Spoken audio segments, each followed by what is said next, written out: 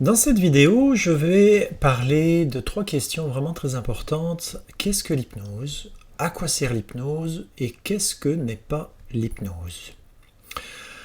Alors, qu'est-ce que l'hypnose? Alors, il y a évidemment plein de définitions et des livres entiers ont tenté de préciser ce que c'est. Donc ici, je vais rester le plus simple possible. Tout d'abord, l'hypnose est une sorte de rituel ou de moyen qui va nous permettre d'atteindre un état qui est une transe hypnotique. Et cette transe hypnotique est un état en fait naturel que nous vivons tous les jours, plusieurs fois par jour, sans s'en apercevoir. C'est l'état où nous sommes absorbés par quelque chose, tellement concentrés que tout ce qui se passe autour semble disparaître et puis à un moment donné, notre imagination nous emporte ailleurs. Cet état vous est familier, n'est-ce pas? Et c'est dans cet état que nous allons pouvoir communiquer avec notre monde intérieur ou nos parties intérieures non conscientes. C'est ce que certains appellent l'inconscient. C'est dans ce monde où est le siège de nos émotions, de notre imagination, de nos automatismes et de nos souvenirs notamment. C'est d'une manière générale tout ce qui n'est pas conscient.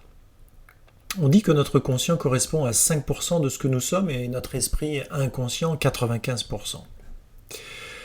Alors la transe hypnotique est ce que l'on appelle un état modifié de conscience. C'est un état entre l'éveil et le sommeil. Ce n'est ni un état d'éveil, comme dans notre vie de tous les jours, ni un état où on dort. C'est en fait un état très actif mentalement, un peu l'équivalent de lorsque l'on rêve, lorsque l'on dort. Exemple, lorsqu'on regarde un film, lorsque le scénario est bon, qu'on est absorbé, l'histoire nous captive, on est dedans, on veut savoir ce qui va se passer. Notre conjoint ou conjointe se lève, il pourrait quasiment y avoir un tremblement de terre, mais tout cela, on ne s'en aperçoit pas. Et pourtant, c'est juste un film. Notre esprit critique a comme été endormi. Le corps est ici, présent, mais l'esprit est ailleurs, dans notre imagination, dans un autre monde. C'est ce que l'on appelle être dissocié. Pendant ce temps, on ressent nos émotions qui nous sont envoyées par nos parties intérieures, qui réagissent à ces suggestions de ce scénario, de ces émotions qui nous ont été proposées et acceptées par notre imagination. On reçoit donc les suggestions extérieures provenant du film.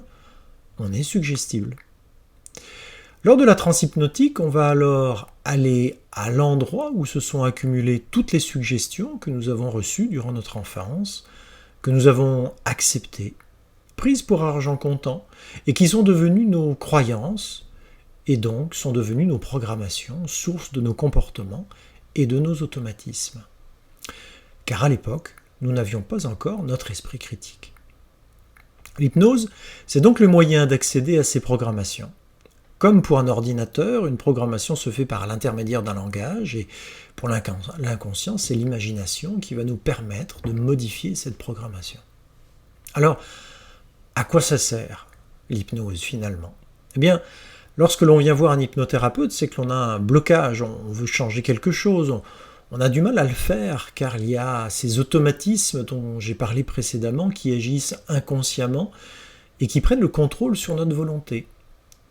Parfois on dit « c'est plus fort que moi ».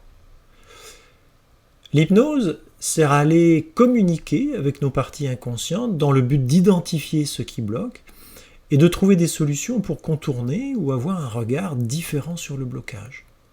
L'hypnose va permettre de prendre du recul sur la situation et ainsi trouver nos propres solutions. En d'autres termes, on se met au même niveau de conscience que le niveau de conscience que l'on avait lorsque les programmations se sont créées. On imagine alors de nouvelles solutions qui réécrivent la programmation initiale, qui peuvent changer parfois les croyances, parfois les automatismes, et qui créent donc de nouvelles pensées, et donc modifient notre réalité. Attention, un point très important, tout ce processus se fait en douceur et ce sont vos parties intérieures qui décident de la vitesse et de la profondeur des changements pour que ce soit en accord et en harmonie avec tout votre écosystème. En tant qu'hypnothérapeute, j'agis comme coordonnateur, facilitateur ou comme catalyseur, mais les changements sont décidés et mis en œuvre par vos parties conscientes et inconscientes. Une autre manière de voir les choses est qu'en fait, nous sommes déjà hypnotisés par les suggestions et croyances que nous avons reçues lors de notre histoire de vie. Le but devient en fait de se déshypnotiser pour revenir à un état normal de conscience. Nous pourrons en reparler lors des séances. Il est important de noter qu'en hypnose et en coaching, on n'a pas besoin de connaître l'origine du problème. On part de ce qui est là et on trouve les solutions à partir de ce qui est là. Et il y a toujours des solutions. Alors ce qui est important de noter également, c'est que toute cette exploration se fait métaphoriquement et symboliquement. Ce sont les deux langages principaux de notre inconscient. Qu'est-ce que n'est pas l'hypnose ? Alors l'hypnose, même si elle est très efficace et très puissante, n'est pas une baguette magique.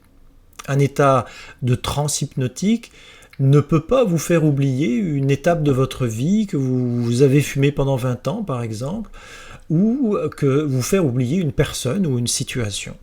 L'hypnose ne peut pas faire que du jour au lendemain vous allez devenir extraverti alors qu'aujourd'hui vous êtes plutôt introverti, ou vous faire perdre 10 kilos en une semaine.